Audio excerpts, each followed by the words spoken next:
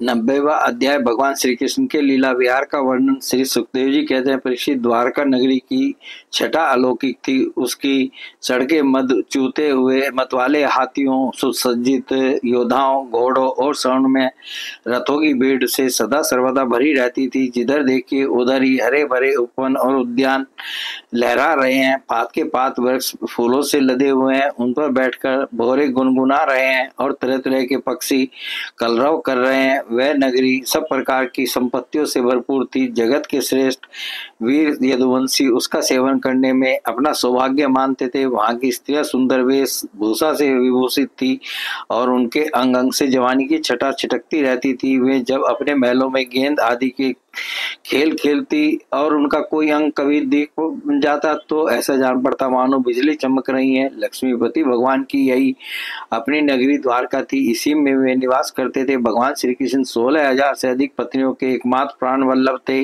उन पत्नियों के अलग अलग महल भी परम ऐश्वर्य संपन्न थे। जितनी पत्नियां थी उतने ही अद्भुत रूप धारण करके वे उनके साथ विहार करते थे। सभी पत्नियों के महलों में सुंदर सुंदर सरोवर थे। उनका निर्मल जल खिले हुए नीले, पीले, श्वेत, लाल आदि भांति भांति के कमलों के पराग से महकता रहता था। उनमें झुंड के झुंड हंस, सारस आदि सुंदर सुंदर पक्षी चहकते रहते थे। भगवान श्री कृष्ण उन जलाशयों में तथा कभी कभी नदियों के जल में भी प्रवेश कर अपनी पत्नियों के साथ जल विहार करते थे। भगवान के साथ विहार करने वाली पत्नियां जब उन्हें अपने भुजपास में बांध लेती, आलिंगन करती, तब भगवान के श्री अंगों में उनके वक्षस्थल की केसर लग जाती थी।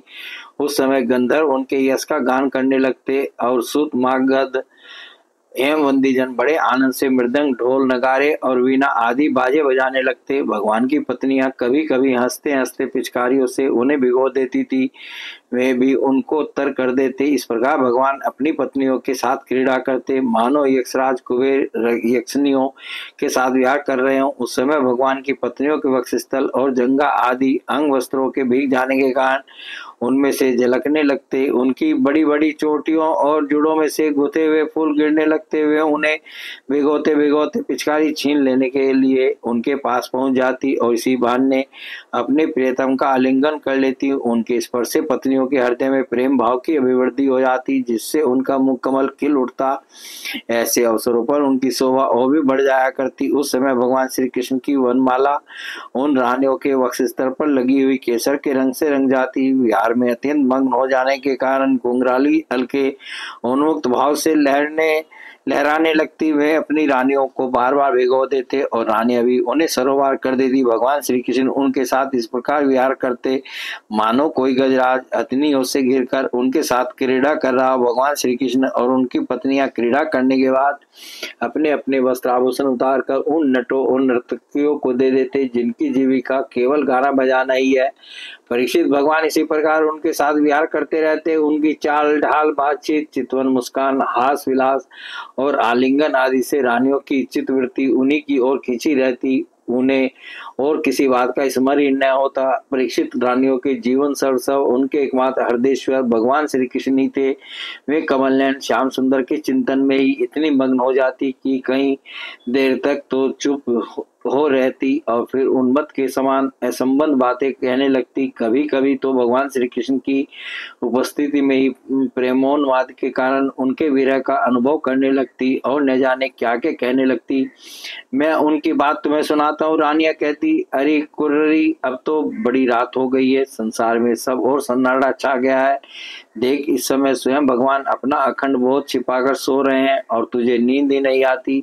तो इस तरह रात रात भर जग कर विलाप क्यों कर रही है सखी? कहीं कमल नयन भगवान के मधुर हास्य और लीला भरी उदार स्वीकृति सूचक चितवन से तेरा हृदय भी हमारी ही तरह बिन तो नहीं गया है? अरे चकवी, तूने रात के समय अपने नेत्र क्यों बंद कर लिए हैं? क्या तेरे पति देव कहीं विदेश चले गए हैं कि तू इस प्रकार करुण स्वर से पुकार रही है? हाय है, तब तो तू बड़ी दुखिनी है, परंतु हो न हो तेरे हृदय में भी हमारी समान भगवान की दासी होने का भाव जग गया है। क्या अब तू उनके चरणों पर चढ़ाई हुई पुष्पों की माला अपनी चोटियों में धारण करना चाहती है? अहो समुद्र, तुम निरंतर गरजते ही रहते हो, तुम्हें नींद नहीं आती क्या? जान पड़ता है तुम्हें सदा जागते रहने का रोग लग गया है, परंतु नहीं नहीं, हम समझ गई। हमारे प्यारे श्याम सुंदर ने तुम्हारे धैर्य, गांभीर्य आदि स्वाभाविक गुण छीन लिए हैं। क्या इसी से तुम हमारे ही समान ऐसी व्याधि के शिकार हो गए हो जिसकी कोई दवा नहीं है? चंद्रदेव, तुम्हें बहुत बड़ा रोग यक्ष्मा हो गया है, इसी से तुम इतने छिन्न हो रहे हो। अरे राम राम, अब तुम अपनी किरणों से अंधेरा भी नहीं हटा सकते क्या? हमारी भांति हमारे प्यारे श्याम सुंदर की मीठी मीठी रहस्य की बातें भूल जाने के कारण तुम्हारी बोलती बंद हो गई है क्या? उसी की चिंता से तुम मौन हो रहे हो? मलयानिल, हमने तेरा क्या बिगाड़ा है जो तू हमारे हृदय में काम का संचार कर रहा है? अरे तू नहीं जानता क्या, भगवान की तिरछी चितवन से हमारा हृदय तो पहले से ही घायल हो गया है। श्रीमन में तुम्हारे शरीर का सौंदर्य तो हमारे प्रियतम जैसा ही है, अवश्य ही तुम यदुवंश शिरोमणि भगवान के परम प्यारे हो, तभी तो तुम हमारी ही भांति प्रेम पास में बंद कर उनका ध्यान कर रहे हो। देखो देखो, तुम्हारा हृदय चिंता से भर रहा है, तुम उनके लिए अत्यंत उत्कंठित हो रहे हो, तभी तो बार बार उनकी याद करके हमारी भांति आंसू की धारा बहा रहे हो। श्यामगन, सचमुच घनश्याम से नाता जोड़ना घर बैठे पीड़ा मोल लेना है। री कोयल, तेरा गला बड़ा ही सुरीला है, मीठी बोली बोलने वाले हमारे प्राण प्यारे के समान ही मधुर स्वर से तू बोलती है। सचमुच तेरी बोली में सुधा घुली हुई है, जो प्यारी के विरह से मरे हुए प्रेमियों को जिलाने वाली है। तू ही बता, इस समय हम तेरा क्या प्रिय करें? प्रिय पर्वत, तुम तो बड़े उदार विचार के हो, तुमने ही पृथ्वी को भी धारण कर रखा है। न तुम हिलते डोलते हो और न कुछ कहते सुनते हो, जान पड़ता है कि किसी बड़ी बात की चिंता में मग्न हो रहे हो। ठीक है, हम समझ गई। तुम हमारी भांति चाहते हो कि अपने स्तनों के समान बहुत से शिखरों पर मैं भी भगवान श्याम सुंदर के चरण कमल धारण करूं। समुद्र पत्नी नदियों, यह ग्रीष्म ऋतु है, तुम्हारे कुंड सूख गए हैं, अब तुम्हारे अंदर खिले हुए कमलों का सौंदर्य नहीं दिखता, तुम बहुत दुबली पतली हो गई हो। जान पड़ता है जैसे हम अपने प्रियतम श्याम सुंदर की प्रेम भरी चितवन न पाकर अपना हृदय खो बैठी हैं और अत्यंत दुबली पतली हो गई है, वैसे ही तुम भी मेघों के द्वारा अपने प्रियतम समुद्र का जल न पाकर ऐसी दीनहीन हो गई हो। हंस, आओ आओ, भले आए, स्वागत है, आसन पर बैठो, लो दूध पियो। प्रिय हंस, श्याम सुंदर की कोई बात तो सुनाओ, हम समझती हैं कि तुम उनके दूत हो। किसी के वश में न होने वाले श्याम सुंदर सकुशल तो होने। अरे भाई, उनकी मित्रता तो बड़ी अस्थिर है, क्षण भंगुर है। एक बात तो बतलाओ, उन्होंने हमसे कहा था कि तुम ही हमारी परम प्रियतमा हो, क्या अब उन्हें यह बात याद है? जाओ जाओ, हम तुम्हारी अनुनय विनय नहीं सुनती। जब वे हमारी परवाह नहीं करते तो हम उनके पीछे क्यों मरे? क्षुद्र के दूत, हम उनके पास नहीं जाती। क्या कहा?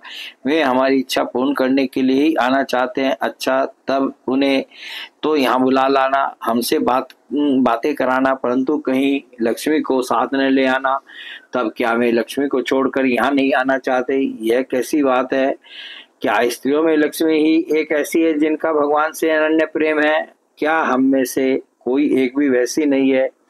परीक्षित, श्री कृष्ण पत्नियां योगेश्वरेश्वर भगवान श्री कृष्ण में ऐसा ही अनन्य प्रेम भाव रखती थी, इसी से उन्होंने परम पद प्राप्त किया। भगवान श्री कृष्ण की लीलाएं अनेकों प्रकार से अनेकों गीतों द्वारा गान की जा गई हैं। वे इतनी मधुर, इतनी मनोहर हैं कि उनके सुनने मात्र से स्त्रियों का मन बलात् उनकी ओर खिंच जाता है। फिर जो स्त्रियां उन्हें अपने नेत्रों से देखती थी, उनके संबंध में तो कहना ही क्या है। जिन बड़भागिनी स्त्रियों ने जगत गुरु भगवान श्री कृष्ण को अपना पति मानकर परम प्रेम से उनके चरण कमलों को सहलाया, उन्हें नहलाया धुलाया, खिलाया पिलाया, तरह तरह से उनकी सेवा की, उनकी तपस्या का वर्णन तो भला किया ही कैसे जा सकता है। परीक्षित, भगवान श्री कृष्ण सत्पुरुषों के एकमात्र आश्रय हैं। उन्होंने वेदोक्त धर्म का बार बार आचरण करके लोगों को यह बात दिखला दी कि घर ही धर्म, अर्थ और काम साधन का स्थान है, इसलिए वे गृहस्थोचित श्रेष्ठ धर्म का आश्रय लेकर व्यवहार कर रहे थे। परीक्षित, मैं तुमसे कह ही चुका हूँ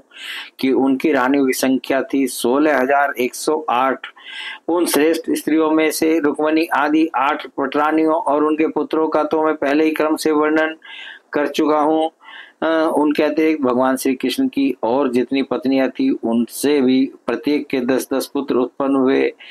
यह कोई आश्चर्य की बात नहीं है, क्योंकि भगवान सर्वशक्तिमान और सत्य संकल्प है। भगवान के परंपराकर्मी पुत्रों में 18 तो महारथी थे, जिनका यश सारे जगत में फैला हुआ है। उनके नाम मुझसे सुनो: प्रद्युमन, अनिरुद्ध, दीप्तिमान, भानु, सांब, मधु, वृद्धभानु, चित्रभानु, वृक, अरुण, पुष्कर, वेदभाव, श्रुतदेव, सुनंदन, चित्रभाव, विरूप, कवि और न्याग्रोध। राजेंद्र भगवान श्री कृष्ण के इन पुत्रों में भी सबसे श्रेष्ठ रुक्मणी नंदन प्रद्युमन जी थे। वे सभी गुणों में अपने पिता के समान ही थे। महारथी प्रद्युमन ने रुक्मी की कन्या से अपना विवाह किया था। उसी के गर्भ से अनिरुद्ध जी का जन्म हुआ। उनमें 10,000 हाथियों का बल था। रुक्मी के दोहित्र अनिरुद्ध जी ने अपने नाना की पोती से विवाह किया। उसके गर्भ से वज्र का जन्म हुआ। ब्राह्मणों के शाप से पैदा हुए मूसल के द्वारा यदुवंश का नाश हो जाने पर एकमात्र वही बच रहे थे। वज्र के पुत्र हैं प्रतिभाव, प्रतिभाव के सुबाहु, सुबाहु के शांतसेन और शांतसेन के सतसेन। परीक्षित, इस वंश में कोई भी पुरुष ऐसा न हुआ जो बहुत सी संतान वाला न हो, तथा जो निर्धन, अल्पायु और अल्पशक्ति हो, वे सभी ब्राह्मणों के भक्त थे। परीक्षित, यदुवंश में ऐसे ऐसे यशस्वी और पराक्रमी पुरुष हुए हैं जिनकी गिनती भी हजारों वर्षों में पूरी नहीं हो सकती। मैंने ऐसा सुना है कि यदुवंश के बालकों को शिक्षा देने के लिए 3,88,00,000 आचार्य थे। ऐसी स्थिति में महात्मा यदुवंशियों की संख्या तो बता ही कैसे जा सकती है। स्वयं महाराज उग्रसेन के साथ एक नील के लगभग सैनिक रहते थे। परीक्षित, प्राचीन काल में देवासुर संग्राम के समय बहुत से भयंकर असुर मारे गए थे। वे ही मनुष्यों में उत्पन्न हुए और बड़े घमंड से जनता को सताने लगे। उनका दमन करने के लिए भगवान की आज्ञा से देवताओं ने ही यदुवंश में अवतार लिया था। परीक्षित, उनके कुलों की संख्या 101 थी। वे सब भगवान श्री कृष्ण को ही अपना स्वामी एवं आदर्श मानते थे। जो यदुवंशी उनके अनुयायी थे, उनकी सब प्रकार से उन्नति हुई। यदुवंशियों का चित्त इस प्रकार भगवान श्री कृष्ण में लगा रहता था कि उन्हें सोने, बैठने, घूमने फिरने, बोलने, खेलने और नहाने धोने आदि कामों में अपने शरीर की भी सुधि न रहती थी। वे जानते ही न थे कि हमारा शरीर क्या कर रहा है। उनकी समस्त शारीरिक क्रियाएं यंत्र की भांति अपने आप होती रहती थी। परीक्षित, भगवान का चरण धोवन गंगा जी अवश्य समस्त तीर्थों में महान एवं पवित्र हैं, परंतु जब स्वयं परम तीर्थ स्वरूप भगवान ने ही यदुवंश में अवतार ग्रहण किया, तब तो गंगा जल की महिमा अपने आप ही उनके सुयश तीर्थ की अपेक्षा कम हो गई। भगवान के स्वरूप की यह कितनी बड़ी महिमा है कि उनसे प्रेम करने वाले भक्त और द्वेष करने वाले शत्रु दोनों ही उनके स्वरूप को प्राप्त हुए। जिस लक्ष्मी को प्राप्त करने के लिए बड़े बड़े देवता यत्न करते रहते हैं, वही भगवान की सेवा में नित्य निरंतर लगी रहती है। भगवान का नाम एक बार सुनने अथवा उच्चारण करने से ही सारे अमंगलों को नष्ट कर देता है। ऋषियों के वंशजों में जितने भी धर्म प्रचलित हैं, सबके संस्थापक भगवान श्री कृष्ण ही हैं। वे अपने हाथ में काल स्वरूप चक्र लिए रहते हैं। परीक्षित, ऐसी स्थिति में वे पृथ्वी का भार उतार देते हैं। यह कौन बड़ी बात है। भगवान श्री कृष्ण ही समस्त जीवों के आश्रय स्थान है। यद्यपि वे सदा सर्वदा सर्वत्र उपस्थिति रहते हैं, फिर भी कहने के लिए उन्होंने देवकी जी के गर्भ से जन्म लिया है। यदुवंशी वीर पार्षदों के रूप में उनकी सेवा करते रहते हैं। उन्होंने अपने भुजबल से धर्म का अंत कर दिया। परीक्षित, भगवान स्वभाव से ही चराचर जगत का दुख मिटाते रहते हैं।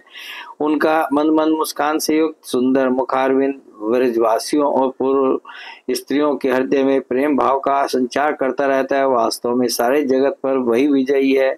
उन्हीं की जय हो, जय हो। परीक्षित, प्रकृति से अतीत परमात्मा ने अपने द्वारा स्थापित धर्म मर्यादा की रक्षा के लिए दिव्य लीला शरीर ग्रहण किया और उसके अनुरूप अनेकों अद्भुत चरित्रों का अभिनय किया। उनका एक एक कर्म स्मरण करने वालों के कर्म बंधनों को काट डालने वाला है। जो यदुवंश शिरोमणि भगवान श्री कृष्ण के चरण कमलों की सेवा का अधिकार प्राप्त करना चाहे, उसे उनकी लीलाओं का ही श्रवण करना चाहिए। परीक्षित, जब मनुष्य प्रतिक्षण भगवान श्री कृष्ण की मनोहारिणी लीला कथाओं का अधिकाधिक श्रवण, कीर्तन और चिंतन करने लगता है, तब उसकी यही भक्ति उसे भगवान के परम धाम में पहुंचा देती है। यद्यपि काल की गति के परे पहुंच जाना बहुत ही कठिन है, परंतु भगवान के धाम में काल की दाल नहीं गलती, वह वहां तक पहुंच ही नहीं पाता। उसी धाम की प्राप्ति के लिए अनेक सम्राटों ने अपना राजपाट छोड़कर तपस्या करने के उद्देश्य से जंगल की यात्रा की है। इसलिए मनुष्य को उनकी लीला कथा का ही श्रवण करना चाहिए। बोले भगवान श्री कृष्ण की जय। इति दशम स्कंद उत्तरार्ध समाप्त। हरिओम तत्सत।